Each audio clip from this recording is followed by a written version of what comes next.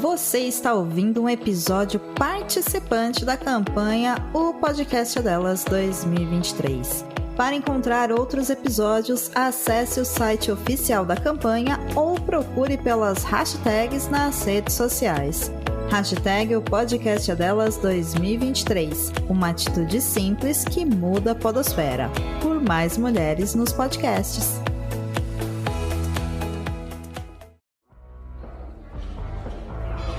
Só, que série que é pra fazer agora, hein? Garoto, faz 4 séries de 15 aí.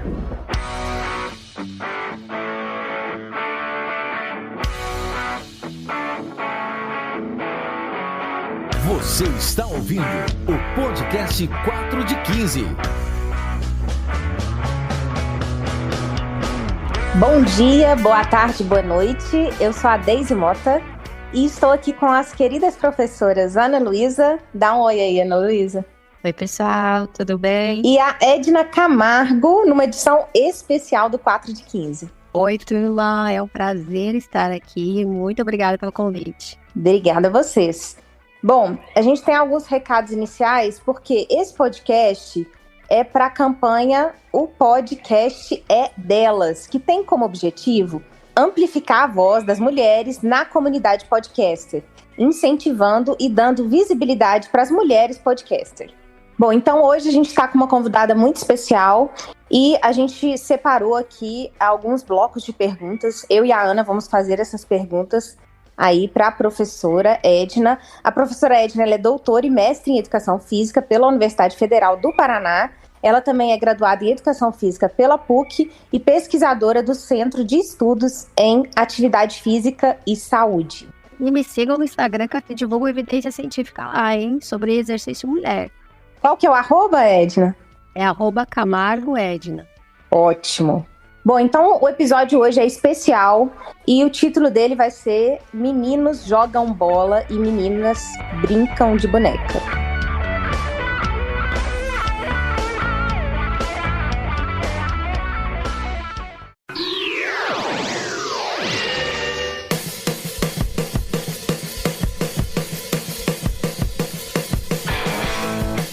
E a gente vai começar com uma pergunta para a professora Edna sobre o papel da cultura nesses estereótipos. A gente está vendo, né, nessa semana a gente teve o lançamento aí também do filme da Barbie, né, e a gente tem discutido muito essa questão da equidade de gênero, que a gente vê os homens ganhando salários mais altos do que as mulheres, né, não só nos trabalhos em geral, mas também no esporte. A gente vê também que as mulheres, elas tiveram, por exemplo, direito ao voto só recentemente, né? Inclusive até jogar futebol foi bem depois aí do que os homens. E eu queria saber, Edna, como que você acha que a sociedade influencia as mulheres a adotarem um estilo de vida sedentário? Isso acontece desde a infância ou é só a partir da vida adulta, devido a essa sobrecarga mesmo da vida da mulher, né? De ter, às vezes, uma tripla jornada aí. Excelente pergunta. A gente já começou muito bem esse podcast. Então, quando a gente fala de exercício, esporte, atividade física, assim como outras áreas, né, da nossa sociedade, essa área está em constante evolução, especialmente quando o tema é equidade de gênero. Inicialmente, era considerada uma prática permitida somente por homens, e isso tem um pedaço já, e há uma justificativa pelo fato de que talvez as mulheres sejam menos ativas do que os homens. Então, a participação da mulher no campo esportivo, ela ilustra um grande processo, um longo processo, na verdade, de superação, de desafios, contrariando informações do passado, informações médicas até, né? Tinha um discurso médico no passado que falava que mulheres não eram biologicamente aptas a se exercitar. Então, essa equidade de gênero nos esportes, ela vem em crescente evolução. E, com certeza, hoje, o fato das mulheres serem inativas fisicamente, a gente tem um pedacinho de justificativa nesse passado. Porque daí só os homens faziam exercício, só os meninos se exercitavam desde a infância. E demorou muito tempo para que a gente conseguisse mudar esses dados. Quando a gente fala também dessa história do passado, o Barão de Coubertin, conhecido como pai da Olimpíada Moderna, ele também falava que era contra a participação feminina nos jogos. Então ele afirmava que uma Olimpíada com mulheres seria impraticável, desinteressante e imprópria. Então já começou bem lá atrás toda essa história, né? Então quem fazia esporte, quem fazia exercício eram os homens, eram os meninos, né? E daí teve toda uma luta das mulheres contra isso. E também quando a gente fala de esporte, né? A gente tem alguns marcos muito importantes no nosso país, que não tem como a gente falar de exercício, esporte, e não falar dessas mulheres, como a primeira mulher brasileira a disputar uma edição dos Jogos Olímpicos, que foi a Maria Lenk. Então, eu sempre, quando eu falo isso na graduação, ou em cursos que eu falo, né, sobre a mulher, eu falo assim, olha, gente, vocês sempre me perguntam por que as mulheres são mais inativas fisicamente. E toda essa questão cultural, delas terem começado no esporte depois, e uma questão cultural muito forte, né, porque no nosso país mesmo, a gente tem um buraco na nossa história esportiva feminina que permaneceu até 1978. Por quê? Porque lá na presidente da República no passado, Getúlio Vargas, ele decretou a proibição da presença feminina na prática dos esportes. E esse buraco permaneceu até 1978, quando caiu esse decreto que proibia as mulheres de fazerem esportes considerados masculinos. Então imagine, foram cerca de 40 anos lá em 1938, por aí, até 1978. Elas não podiam fazer futebol, não podiam fazer lutas marciais, não poderiam fazer exercícios de força. Eu sou faixa preta de judô. Imagina eu não poder ir lá fazer meu judô. Imagina você querer fazer teu agachamento na academia lá e escondida para fazer esse esporte, fazer esse exercício. Então a gente tem realmente um buraco, porque só depois disso, quando caiu esse decreto, que as mulheres começaram a fazer esses esportes que até então eram considerados masculinos. Então, se a gente pensar, tem toda uma história que proibiu as mulheres de fazer exercício. E com certeza, até a gente tirar isso da cabeça das pessoas, né? A cabeça das pessoas é alterada aos poucos. Aos poucos, as pessoas foram colocando as meninas para fazer exercício. Aos poucos, né? Isso foi aumentando a prática de exercício para as meninas. Até hoje a gente vê que tem mulheres mesmo que falam, não vou malhar muito não, porque eu não quero ficar muito forte. Né? Como se fosse fácil, né? E como se fosse uma coisa que a mulher não pudesse fazer, né? Um treino de força, não pudesse pegar peso. Sim. Então, veja bem, hoje a gente está tendo a Copa Feminina. Nós estamos perto de começar essa competição.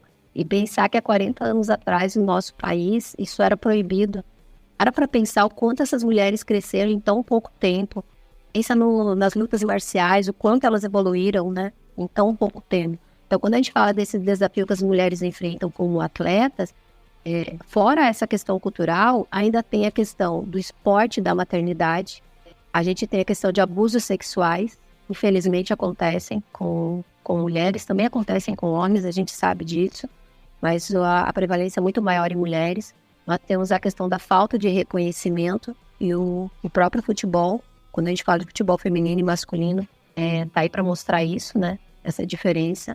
Então, nós temos um silenciamento do esporte feminino na mídia também. Muitas vezes as competições masculinas são apresentadas, mas nem sempre as competições femininas são apresentadas.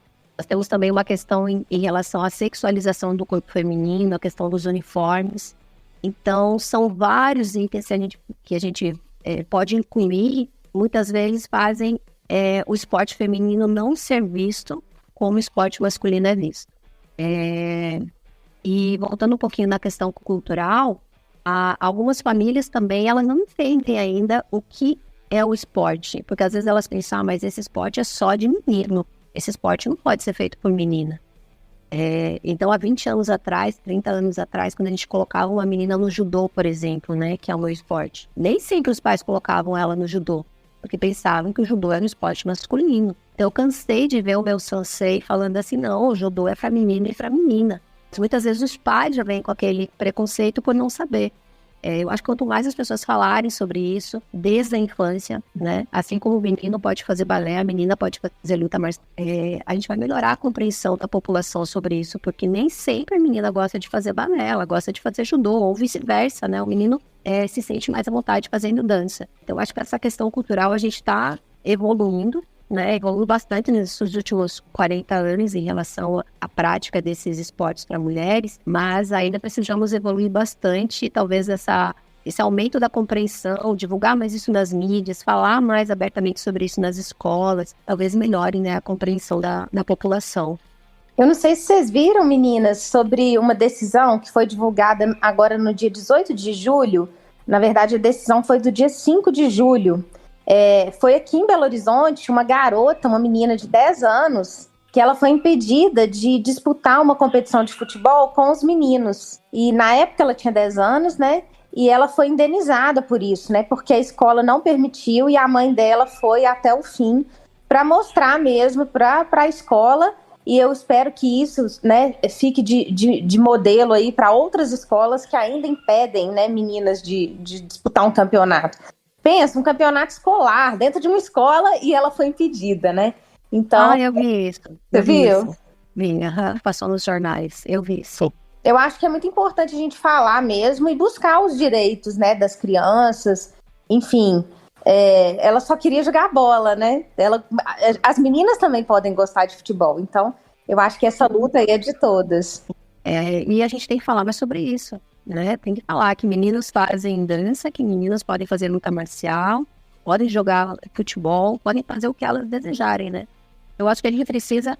E a educação física, principalmente as aulas de educação física escolar, tem um papel muito importante nisso, porque desde a infância é importante a gente aumentar essa compreensão. Eu sempre gosto de falar uma história e para nós de Curitiba é muito claro, que é o seguinte: quando a gente ia para a escola há 30, 40 anos atrás, a professora da escola falava assim: olha, a gente vai começar a separar o lixo. Isso aconteceu há décadas atrás. Curitiba é campeã da separação do lixo hoje, né? Então a gente chegava em casa e falava para as nossas mães que tinha que separar o lixo. Tinha que ter um lixo para plástico. Imagina, eu tinha menos de 10 anos. Um lixo para plástico, um lixo para papel, um lixo para orgânico. E a mãe tá maluca que nós vamos ter tudo isso de pote de lixo? Não dá. Mas Curitiba insistiu muito nisso. Então foi falado nas escolas, a gente entrava no ônibus, tinha cartaz, a gente ia na igreja, no edital da igreja tinha cartazes, onde você ia na cidade tinha cartazes, informação. Passava um lixeiro, que era um caminhãozinho de lixo, a gente falava um lixeiro, né? Mas era um caminhãozinho verdinho de lixo, que ele só recolhia o lixo reciclado. Ele tinha um sininho que tocava, então quando ele entrava na rua, tocava o sininho e a gente sabia que tinha que levar o lixo que não era lixo. Ou seja, isso não deu um certo na cidade de Curitiba e começou na infância, começou na escola. Então a escola levou para dentro da casa essa informação. Então eu acho que tudo que a gente faz na escola tem um forte potencial de dar certo. E a educação física escolar pode ter um papel muito importante nessa informação em relação a desmistificar esses esportes, né? Para que meninos e meninas podem praticar o exercício que desejarem. Na escola do meu filho tem aula de futebol e quem dá, a professora é uma mulher. Quem dá aula é uma mulher. Eu achei muito legal, sabe? E é uma coisa muito rara, assim, eu nunca tinha visto, né? Legal. A gente acha até, assim, a gente fica surpreso, mas isso tinha que ser uma coisa super natural, né? Eu acredito que, assim, uma coisa que a gente tem visto atualmente, né, pegando esse hype, dois hypes, né, a Copa do Mundo Feminino e a Barbie, né, os dois acontecendo juntos. E saiu que um dos comentários mais publicados na live do Cazé, durante a transmissão da Copa do Mundo, foi "vá lavar a louça". Assim, né, numa tentativa de tirar, né, de tirar o poder de uma coisa que já tá aí, né? A Copa do Mundo Feminino é uma coisa que já tá sendo realizada, que as meninas desempenham um papel maravilhoso, né? Já é muito consagrada, principalmente aqui no Brasil. Então, assim, já é uma realidade e a gente ainda vê, né, essas coisas acontecendo, esses comentários pejorativos que levam, né, a gente olhar pro lado da Barbie, que é a criança que cresce já educada, né, para cuidar de um lar, para ser mãe, para ser dona de casa. E, né, como tudo, às vezes, se a gente for ver todas as associações, assim, elas levam a um ponto comum. E aí, Edna, fala um pouquinho pra gente sobre como as responsabilidades domésticas e familiares, elas afetam o tempo e a disposição para atividades físicas, não só nesse tempo disponível para a mulher, né, como também no imaginário, né, de criança dela, do que ela acha que é espaço para ela, e então, né, porque a gente, enquanto mulher, a gente abraça a atividade de casa como se fosse uma coisa nossa, né, e aí agora a gente está já colocando o homem nesse espaço, mas de uma forma ainda muito inicial, né, como se o homem fosse um ajudante e não estivesse cumprindo o papel normal dele, né? Tem até outro dia numa conversa de amigas, assim, tinha uma moça que tinha um filho, e aí uma amiga nossa falou assim, mas seu marido, ele ajuda bastante, né, no cuidado com a criança e tal. Ela falou assim, ele não me ajuda, ele só faz a obrigação dele, ele não tá me ajudando, né? Então, como a gente também precisa de reeducar toda essa nossa forma de papel do homem e da mulher na sociedade, né? É verdade, é bem isso mesmo, né? Isso é passar, isso já é entregue na mão da menina, isso já é entregue na mão da mulher, como se a casa e os filhos fossem apenas obrigação dela, né? Não é obrigação da mulher, não é obrigação do homem. E na minha casa também, nós somos 6 filhos, os meus irmãos nunca fizeram nada, absolutamente nada em casa, era só as meninas. E hoje eu vejo as minhas cunhadas, as minhas irmãs, e elas educam os meninos a fazerem as atividades, para eles saberem que eles têm atividades em casa. Eu tenho a minha irmã que o marido dela, ela tem um filhinho, né? Ela tem um menino e uma menina. Mas o marido e ela, eles dividem as tarefas de casa. As crianças vão crescer vendo isso, né? Que tanto ela quanto a mamãe quanto o papai fazem as tarefas de casa. Porque daí entra uma outra parcela do fato da mulher nem sempre fazer exercício, porque daí ela se esgota só com as atividades da casa.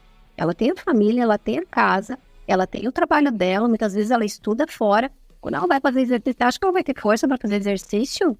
Ela vai chegar morta, ela vai chegar cansada, o que faz muitas vezes que ela deixa o exercício e ela, né, o momento dela de lado.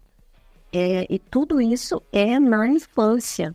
Tudo isso a gente tem que colocar na infância. Eu costumo falar assim, você escova os dentes hoje depois das refeições, você tem esse cuidado com os seus dentes, porque desde a infância sua mãe fala isso. Então, tudo que a gente consegue colocar, né, desde a infância, aumenta as chances de fazer isso na vida adulta.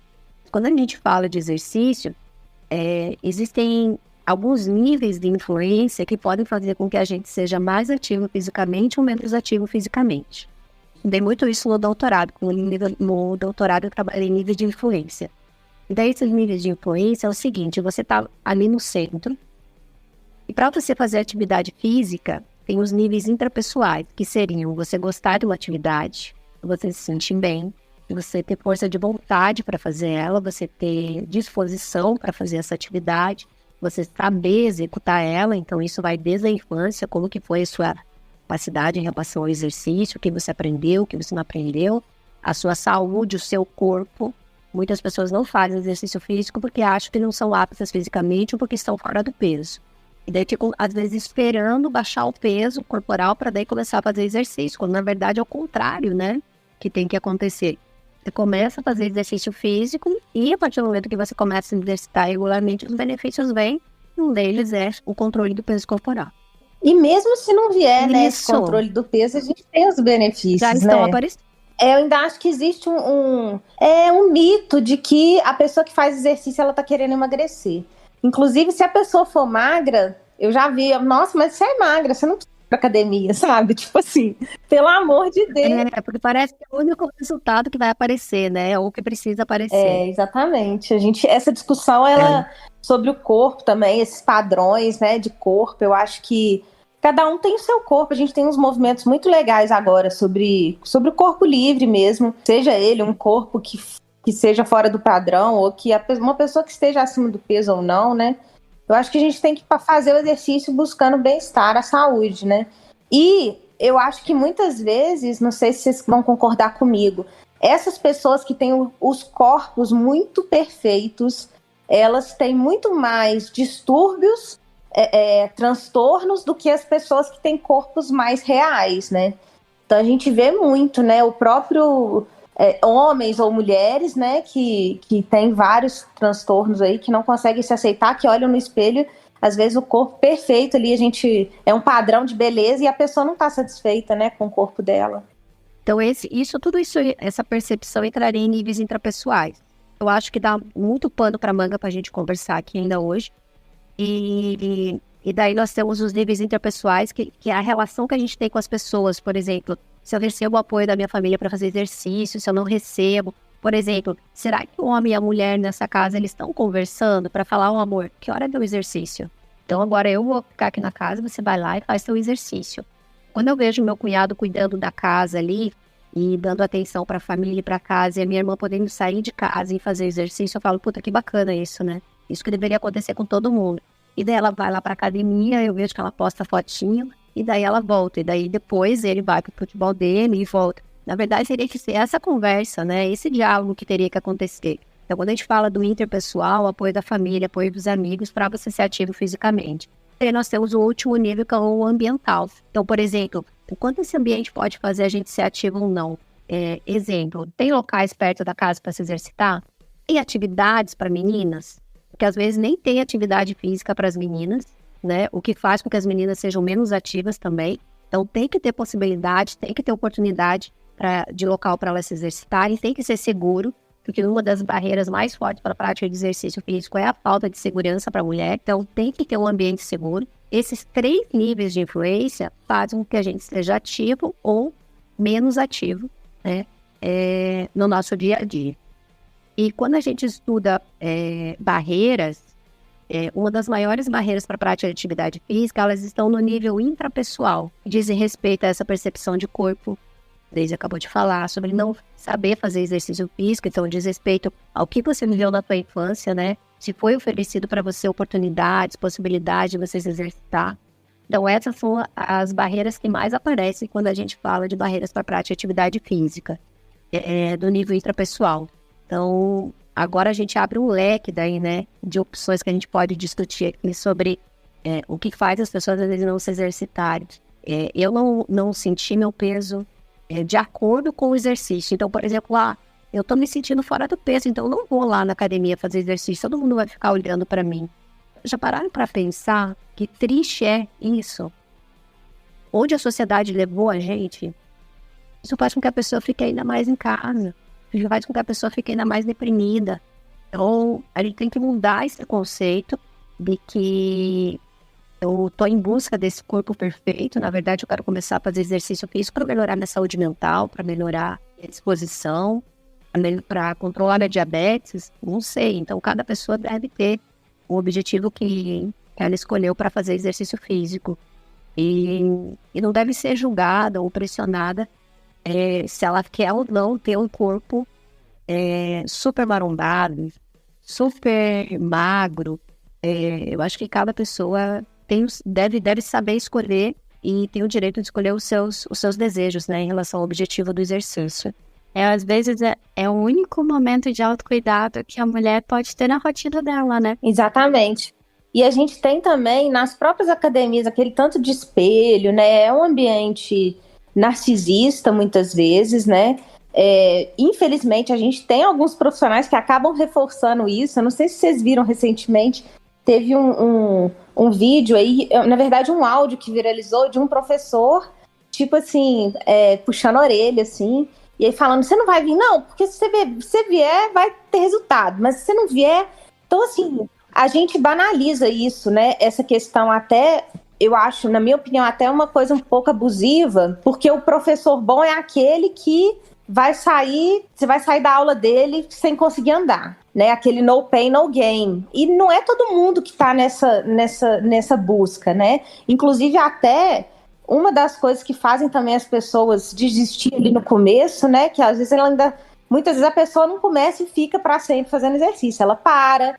Tem vários até estudos mostrando isso, né? Que tem fases na vida que a gente para. Às vezes principalmente quando você tem um bebê, quando você se separa, quando você casa, quando alguém da sua família morre, enfim. E a gente tem que entender essas fases, que a gente tem que estar sempre voltando ali. Eu vejo que muitas vezes a pessoa tá ali, igual falou, um autocuidado, ela não tá ali pra, tipo, né, pegar o peso mais pesado e treinar, assim, de uma forma muito intensa, né? Porque, principalmente no começo, isso pode até atrapalhar a adesão. Se a pessoa faz um exercício que a resposta afetiva for muito ruim, né? Ela termina de fazer e fala, nossa, eu não quero nunca mais fazer isso aqui, estou passando mal aqui, né? Então, não é igual o HIIT, não é para todo mundo, nem no começo, nem Cada pessoa vai estar num momento, então a gente tem que tentar entender também, né? E escolher uma atividade que você se sinta bem, que você se sinta feliz, né? O ambiente adequado, eu acho que é muita coisa envolvida, né? Verdade, eu sempre falo assim, ó, se você não encontrou uma atividade física que você goste, se você não gosta de nenhuma atividade física, porque talvez você não encontrou ainda a atividade física que você goste. Que talvez a atividade física que você goste não seja a musculação. Cada vez está mais na moda, né? A musculação, o corpo perfeito da musculação. Talvez não seja essa que você goste, que você se sinta sozinha fazendo, mas talvez você goste de fazer uma aula de ginástica, talvez você goste de fazer uma aula de pilates, talvez você goste de fazer uma hidroginástica.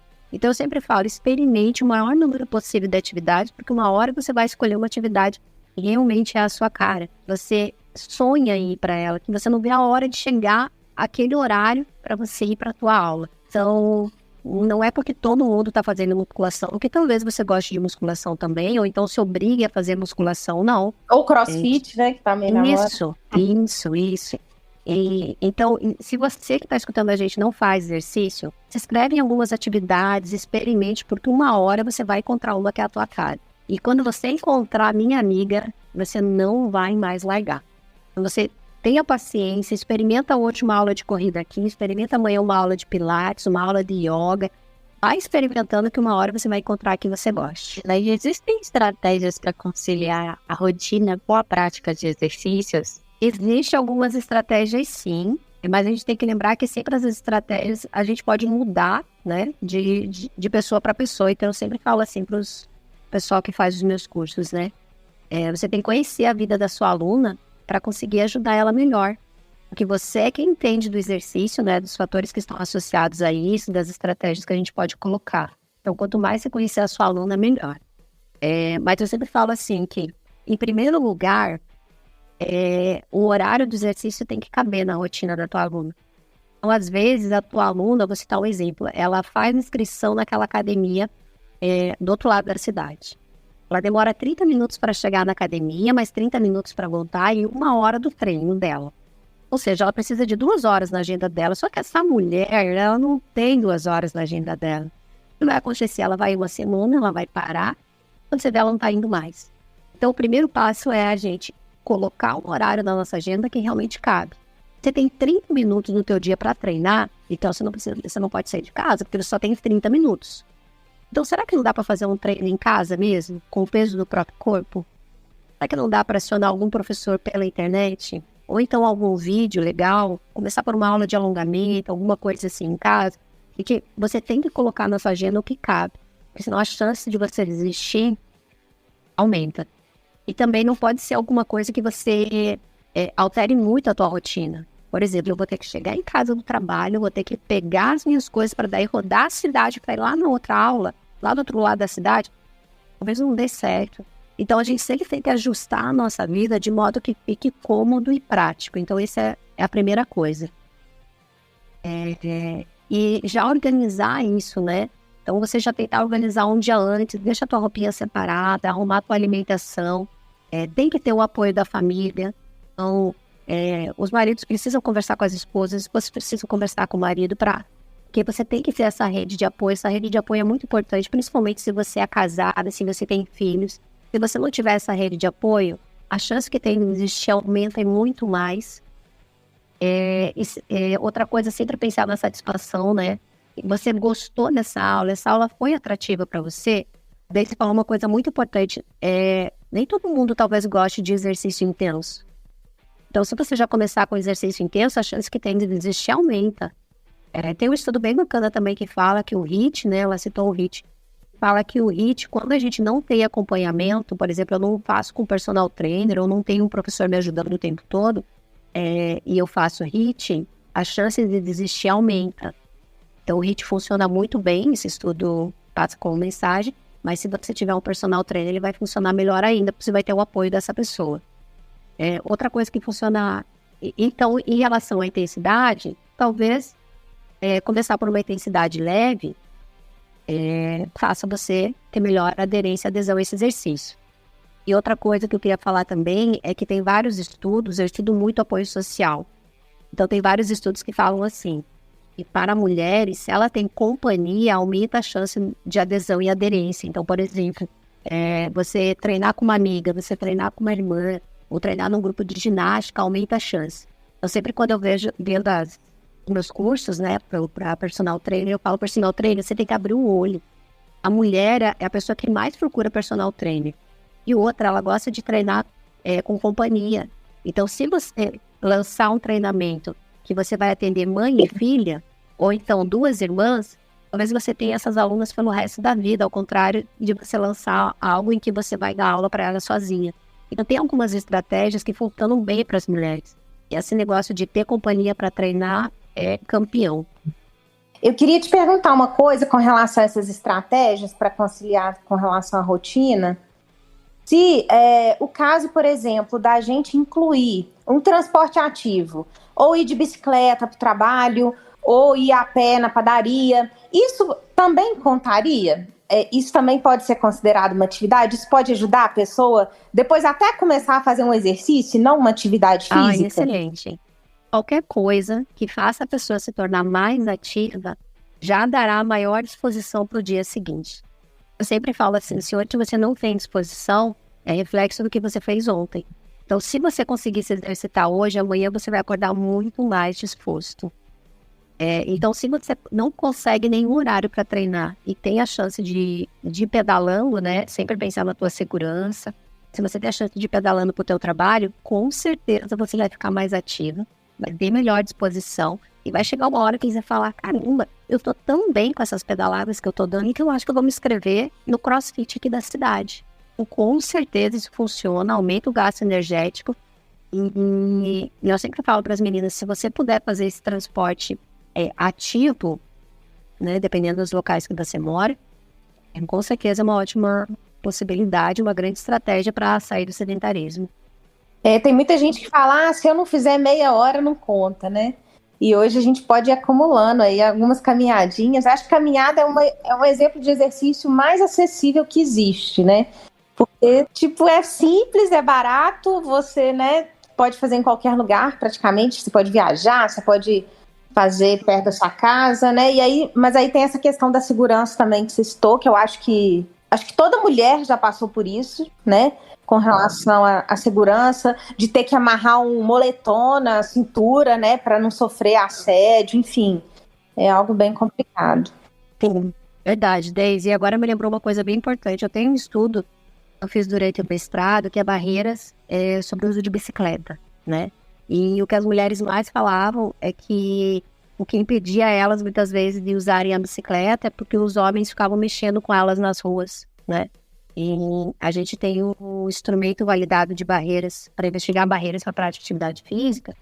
E uma das questões é sobre os homens mexerem na rua com as mulheres, né? Assovio, comentários desagradáveis.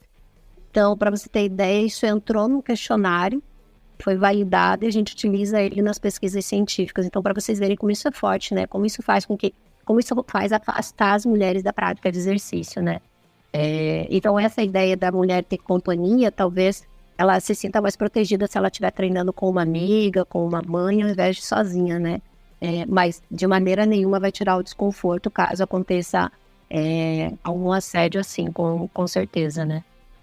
E eu acho que aqui a gente reúne várias coisas, porque às vezes a mulher, ela não tem tempo, ela tem muitas atividades, chega sempre muito cansada em casa, e aí ela se pergunta, eu vou fazer uma atividade física para gastar mais energia que nem eu tenho, né? Mas aí, aqui, para quem tá ouvindo a gente, né, você pode fazer uma atividade que não seja extenuante, principalmente se você tá muito parada, começar aos poucos, é o recomendado, né? Não é só uma possibilidade, mas é o que a gente deve procurar seguir, né? Uma progressão, daí levando o corpo ao movimento aos poucos, para que também a mulher não chegue em casa toda dolorida e não consiga fazer as atividades que ela necessita e depois nunca mais volte na academia, né? Então, é importante isso, é importante que ela busque algo que ela goste, e é importante ela girar essa roda de se eu fizer atividade física, eu vou conseguir cumprir as minhas atividades com mais prazer, com mais tranquilidade, com menos estresse, porque a minha saúde mental vai estar melhor, o meu corpo vai estar melhor, minha disposição, né? Toda a saúde da mulher em si, né? E procurar, assim, até se eu tenho possibilidade de me exercitar nesses momentos de deslocamento, se eu tenho possibilidade de me exercitar só no final de semana,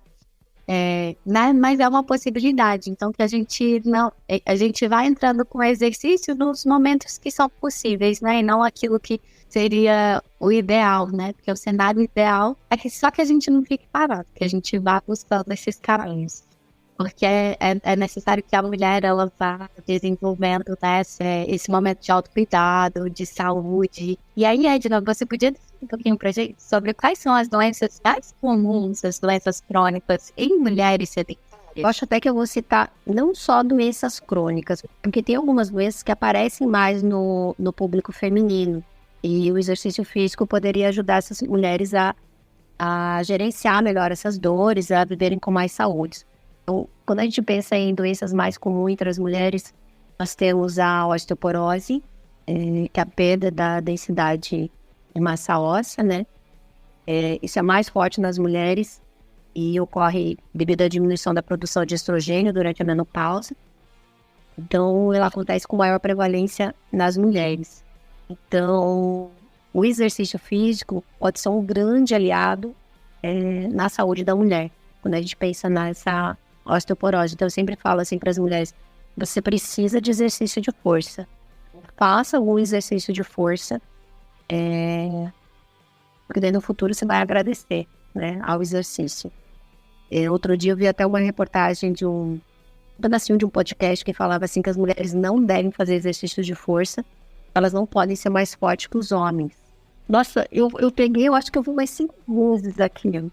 Eu imagino quem seja. E, na verdade, o exercício de força colabora muito, né, para essa saúde óssea. Porque a partir de 40 anos as mulheres começam a entrar na menopausa. Eu, pelo menos, entrei na menopausa até antes dos 40 anos, né? Então, imagina se eu ficar sem exercício de força, como que eu vou chegar lá nos meus 80 anos, né? Então, a osteoporose é uma das maiores prevalências quando a gente fala de doenças, né? Nós temos também o câncer de mama. Os homens também possuem o câncer, mas essa prevalência é muito maior nas mulheres. E o exercício físico, ele é indicado como parte do tratamento. Então, ela é uma dessas doenças também. Agora, eu vou citar algumas outras doenças que não são doenças crônicas. Nós temos infecção urinária. A infecção urinária acomete consideravelmente mais as mulheres. Nós temos também fibromialgia. Fibromialgia é uma condição crônica, então ela traz dores e desconfortos constantes. E essa doença ela está em constante descobertas ainda em relação aos sintomas, fatores, tratamentos, mas o que a gente sabe é que o exercício físico pode colaborar nesse gerenciamento. Outro dia eu também li que a doença celíaca, ela é ligada com maior prevalência às mulheres. Então, nós temos uma grande quantidade de mulheres, endometriose, depressão, HPV e lúpus. Então, se a gente pensar num grupo de doenças que aparece mais nas mulheres, esse é o grupinho de doenças que mais aparecem nas mulheres. E o exercício físico pode ajudar todos esses grupos, né, de doenças a gerenciarem melhor a dor, a ter melhor qualidade de vida. Um exemplo é a endometriose. Às vezes as pessoas falam assim, mas o exercício físico não vai curar a endometriose, professora, então não adianta fazer. Não, muito pelo contrário. Ele não vai curar, mas ele vai ajudar a mulher a gerenciar essa dor. Porque a endometriose é algo muito forte em relação a alterar a postura, ter desconforto, cólicas. Então, quanto mais forte você tiver em relação ao abdômen, coluna, assoalho pélvico, melhor você vai gerenciar os desconfortos quando eles aparecerem. Então, por mais que o exercício físico não ajude a eliminar essa doença, ele vai ajudar você a gerenciar melhor essa dor. Então, essas são as doenças que a gente pode falar que tem maior prevalência em mulheres e que se ela estiver fazendo exercício físico, a qualidade de vida dela será melhor.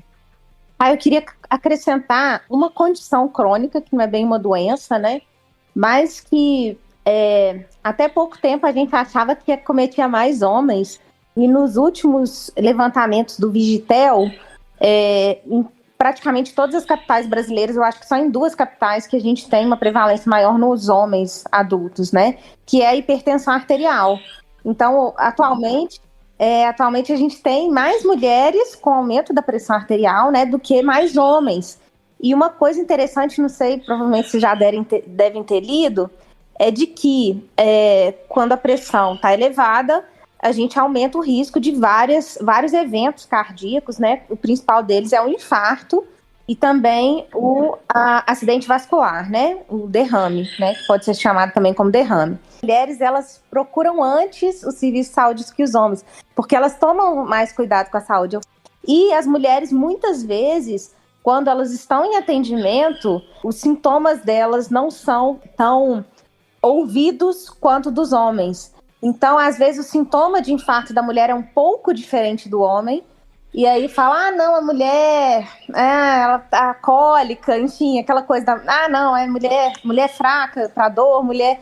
Enfim, pelo contrário, né? A gente tem vários exemplos aí de que a mulher suporta até dor mais do que os homens.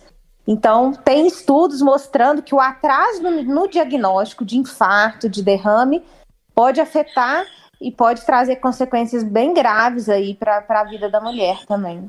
Eu não sei se tem alguma relação desde a doença da hipertensão com confundir o diagnóstico com sintomas de TPM.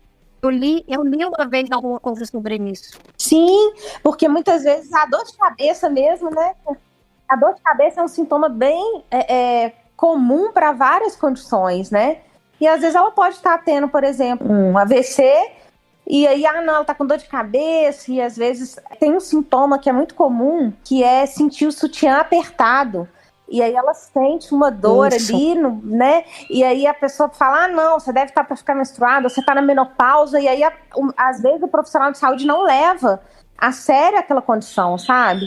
Então eu acho que isso é algo que a gente precisa repensar mesmo nos atendimentos aí mais humanizados com as pessoas, com mulheres, com pessoas em outras condições também, né? Porque isso pode acabar atrasando esse diagnóstico. Tem um outro sintoma para infarto também, que é dor na mandíbula, que não é um sintoma muito comum para homens e para as mulheres é mais comum, né? Então eu acho que é muito importante essa anamnese, né? Ouvir as mulheres, né?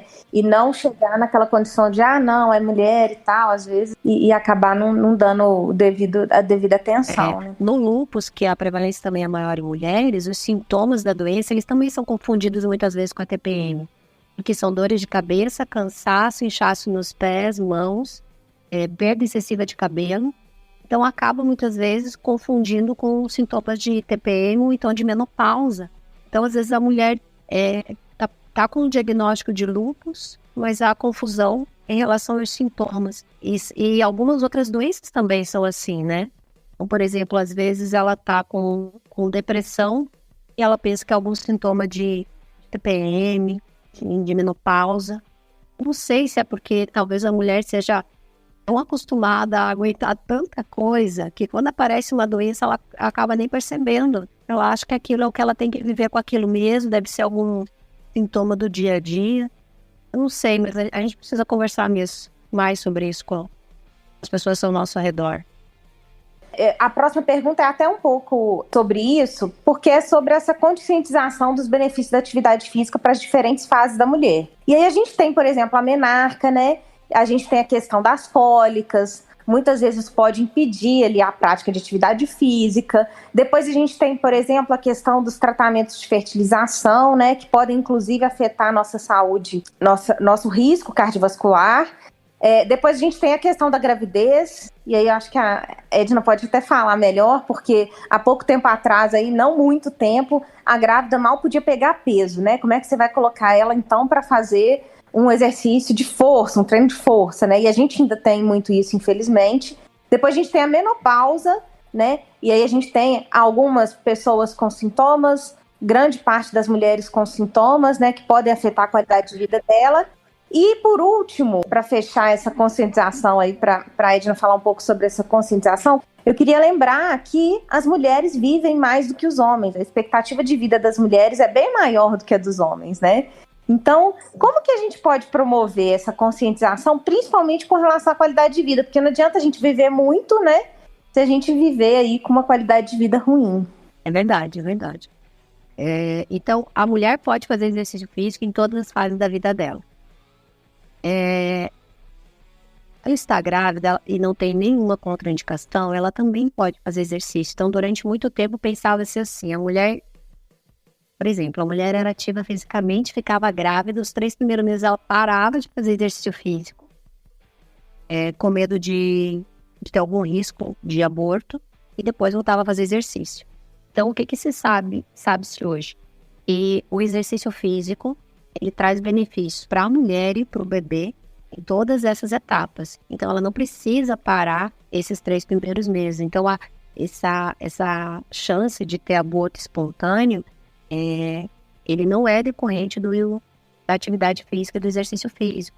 Então, essa ideia de que ela não poderia fazer esses 3 primeiros já foi retirada. Então, se a mulher não tiver nenhuma contraindicação, ela pode fazer exercício durante todos os meses. E daí procurar um profissional de educação física e seja especialista nesse tratamento com mulheres grávidas, que nesses 9 meses o corpo dela vai sofrer alteração em relação ao equilíbrio, à disposição. Então, a prescrição de exercício para esse público em específico, né, mulheres grávidas, é muito importante. E 30 minutos, 3 vezes na semana, já trariam benefícios para ela reduzir a chance de ter a hipertensão na gravidez e a diabetes na gravidez. Isso só com trabalho aeróbico, não estou nem falando do trabalho de força. Se ela fizer trabalho de força, os benefícios aumentam ainda mais. E se ela conseguir se exercitar todos os dias um pouquinho, vai aumentar esses benefícios. Então, se ela conseguir fazer trabalho aeróbico e de força, para a saúde, para ela e para o bebê. Então, aquela ideia de que mulheres não podem fazer exercício físico na gestação está bem equivocada, pode sim. Tanto depois que ela ganhar o neném no pós-parto, ela também pode fazer exercício. Algumas mulheres, depois que ganham o neném, estão aumentando, elas não fazem exercício físico porque elas têm medo que o leite seque. Não sei se vocês já ouviram falar sobre isso. Sim, isso. Então, não. Ela não vai secar o leite, né? Então, ela pode fazer exercício físico e amamentar sem problemas. Então, existem vários mitos, assim. Então, o exercício físico faz bem para ela durante a gravidez, no pós-parto, para ela, para a saúde do bebê. O que é importante? Que ela não tenha nenhuma contraindicação para fazer esse exercício físico. Daí, aos poucos, aumentar essa quantidade. Mesmo aquelas mulheres que eram inativas fisicamente, desejam começar a fazer exercício, porque às vezes acontece da mulher ser inativa, mas ela ficou grávida, ela quer começar a mudar a vida dela, né? E ter um filho já é um ótimo motivo para querer ser mais saudável e durar mais anos de vida com qualidade, né? Então, mesmo essa mulher que nunca fez, pode começar a fazer exercício físico que terá benefícios. Na terceira idade, nem se fala. Então, manter-se ativa na terceira idade é fundamental. E tem uma coisa que entra na terceira idade na gravidez, as pessoas falam assim, tem que trabalhar o assoalho pélvico. Então, quando falam de gravidez, todo mundo fala, tem que trabalhar o assoalho pélvico, a primeira coisa que eles falam, né? Tem que trabalhar todo o corpo, mas também fortalecer esses músculos do assoalho pélvico durante a gestação, na terceira idade, até porque a flacidez nesses músculos pode resultar nessa incontinência urinária, né? Então, tem muitas mulheres que a gente vê hoje que não fazem exercício físico. Outro dia mesmo, uma mulher me procurou e ela falou, mas eu não posso fazer exercício físico porque eu tenho incontinência urinária. Depois que eu tive bebê, eu tive incontinência urinária, então eu não posso porque eu tenho escapes, né? Então, como que eu vou lá fazer exercício?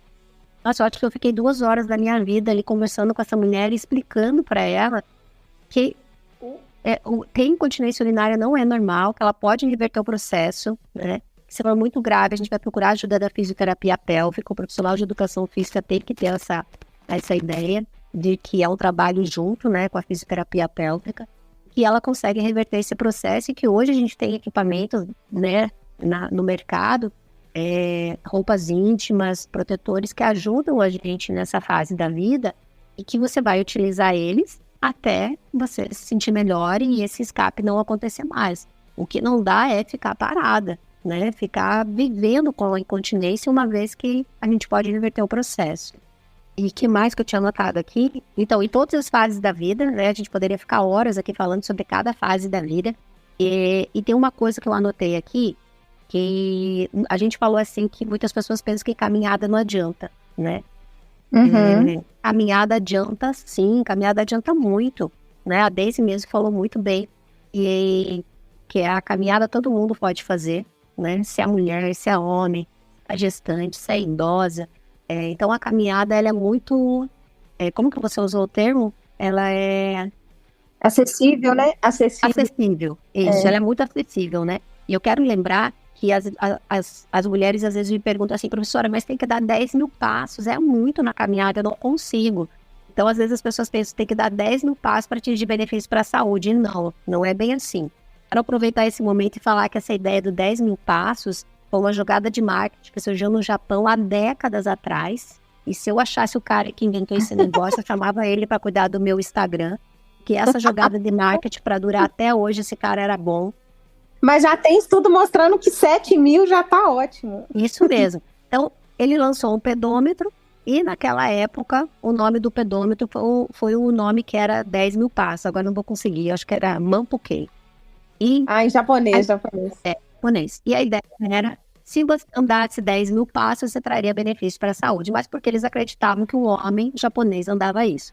Aí depois que começou os estudos, depois que veio a ciência para analisar a quantidade de passos e descobriu que com menos passos, 7 mil, você já traz benefícios. E no caso das mulheres, a gente tem um estudo guiado pela Emily, que foi publicado alguns anos atrás, que mostrou que para mulheres, 4.400 passos por dia já traria benefício para a saúde. Então, se você andar 10 mil, vai trazer benefício? Vai. Mas se você começar com 4.400 passos, hoje você faz 500, amanhã você faz 600, semana que vem você tenta 650 e você vai aumentando. Se você chegar a 4.400, você já vai ter benefícios. Aos poucos você aumenta esse espaço. Então, às vezes, a gente fica esperando aquele número que talvez a gente nem consiga fazer, né? Aquele número gigantesco que assusta. Então, eu quero dizer que isso foi uma grande jogada de marketing. A gente consegue benefício com menos passos. Então, você não consegue 10 mil, mas talvez você consiga 1.000 e logo consiga 4.400, que é esse estudo da Emily que mostrou que traz benefício para a saúde. Por dia, isso. Eu queria até comentar uma coisa desses passos, apesar que a gente vai, não sei como é que tá o tempo aí, que é o seguinte, muita gente fala, os passos. Só que assim, os passos, você não sabe qual velocidade que a pessoa tá, se ela tá andando rápido, se ela tá andando devagar, e se a pessoa pedalar?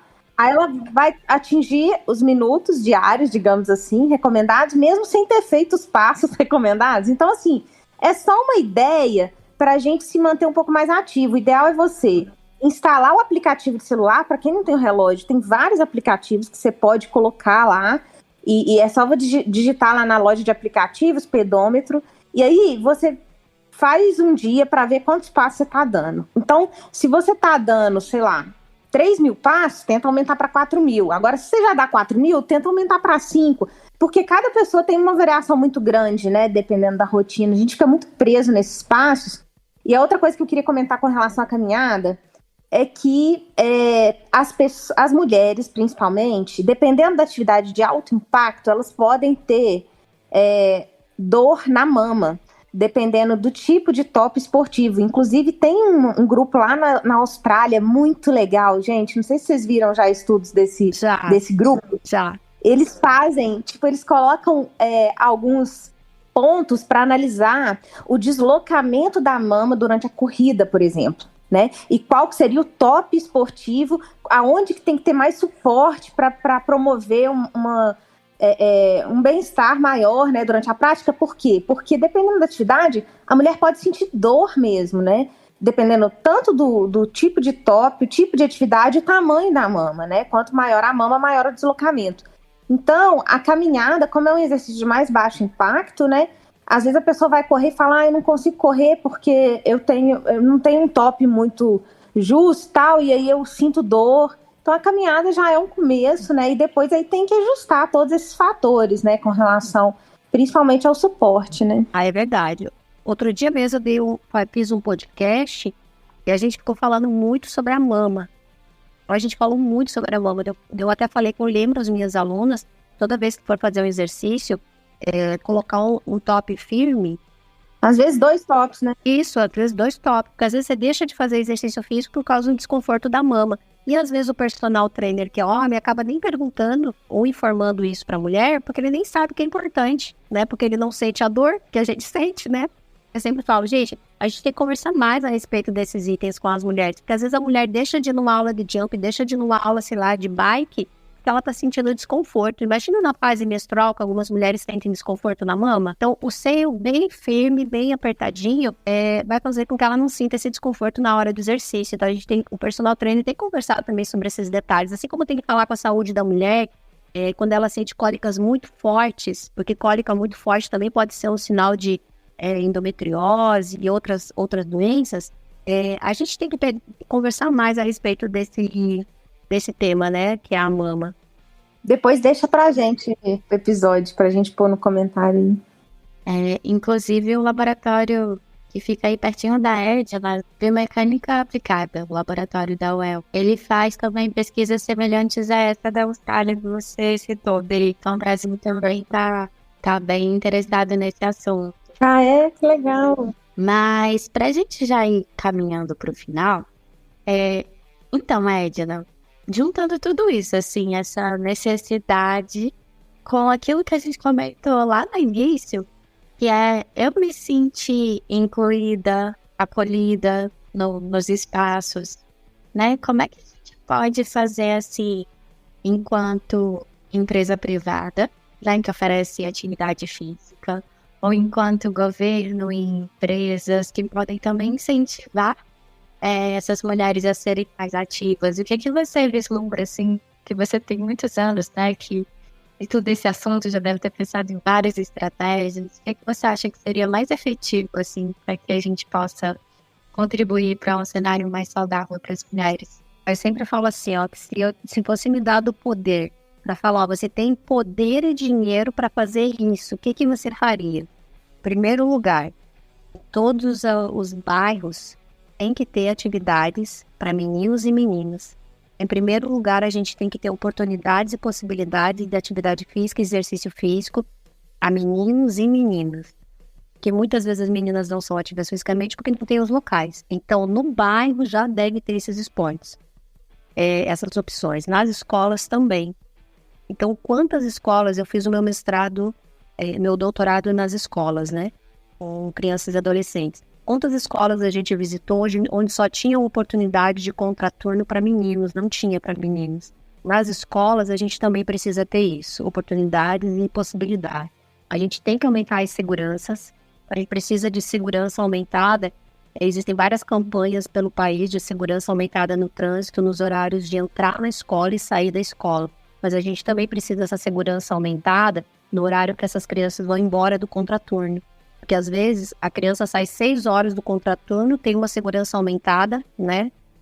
Mas depois quando ela sai do esporte, que é lá pelas 7h30 da noite, às vezes não tem mais segurança. Então se a gente quer que nossos filhos, as nossas meninas façam esporte depois do horário da aula, precisa ter uma segurança em relação a isso. A gente precisa melhorar a segurança, precisa dar oportunidades e possibilidades.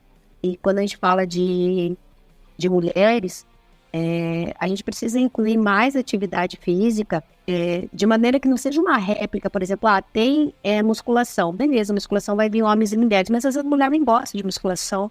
Quais as possibilidades que tem de oferecer atividades diferentes para essas mulheres nessa academia, nesse clube, ou então montar grupos específicos para as mulheres que elas se sintam mais acolhidas? Por exemplo, esse grupo é específico para mulheres que estavam sedentárias e querem começar a ser ativas. A gente vai montar um grupo aqui específico de mulheres no pós-parto. Às vezes você começa a fazer exercício, chega lá, todas aquelas mulheres super saradas, super ativas fisicamente, você não consegue nem introduzir conversa no meio delas, porque a tua vida é totalmente diferente da vida delas. Elas fazem exercício, fazem dieta, não têm filhos, e você está vindo do momento em que você acabou de ter neném, você tem 1 horinha para você treinar e já tem que voltar para casa correndo. Eu acho que esses locais privados poderiam criar grupos específicos de treinamento para mulheres mais voltada com a realidade das mulheres. Um grupo de idosas, grupo de mulheres no pós-parto, Porque senão eles ficam esperando as mulheres aparecerem numa determinada aula de musculação e fazer inscrição, ou numa determinada aula, talvez isso nunca aconteça e só afaste, né? Talvez ela não queira isso realmente. Então, acho que a gente tem que conhecer um pouquinho mais da realidade das mulheres e abrir atividades específicas para a realidade que as mulheres estão vivendo. E sempre com segurança. Então, a segurança eu sei que depende do governo, locais mais seguros, mas enquanto a gente não tiver iluminação nas ruas, enquanto a gente não tiver segurança nos bairros, enquanto a gente não tiver atividade física em horários diurnos, porque nem sempre elas fazem no noturno por causa da falta de segurança, mas essas mulheres não comecem a ser ativas fisicamente. Então, eu acho que é uma lista de coisas que envolvem o ambiente, a segurança, os horários, as possibilidades, as oportunidades para fazer com que as meninas e mulheres sejam mais ativas fisicamente. Bom, eu gostaria de agradecer a presença aqui da professora Edna com esse bate-papo super importante, né, sobre saúde da mulher, atividade física. Muito obrigada, Edna. Você quer deixar algum recado pra gente? Muito obrigada, fiquei muito feliz de participar. E se quiserem saber mais sobre exercício físico em mulher, me seguem lá no meu Instagram, @CamargoEdna. Imperdível Instagram da Edna, gente. Eu já sigo. Ana, quer deixar algum recado pra gente? Eu gostaria que quem estiver escutando esse podcast, estiver realizando uma atividade física, for uma mulher aí bastante atarefada e estiver com esse momento, que marque a gente, para que a gente vá criando esse incentivo, né? Uma dando a mão para outra, a gente vai mudando esse cenário. Isso mesmo, sigam 4 de 15, @4 de 15, 4 letras, 15 número. E sigam também o Instagram, @Ciência do Exercício. Apresentação, Deise Mota e Ana Luísa Lopes. Produção e edição, Ana Luísa Lopes. As artes foram produzidas pela Ana Luísa Lopes. A música de abertura é uma composição do Anderson Botega e as vozes da introdução são do Diogo Bob e Marlos Sanuto. O 4 de 15 ele também faz parte do portal Deviante, que é o maior portal brasileiro de divulgação científica em formato de podcast. Então, se você curte ciência, dá um pulinho lá que você vai achar muita coisa legal para ouvir. Fique bem e até o próximo episódio.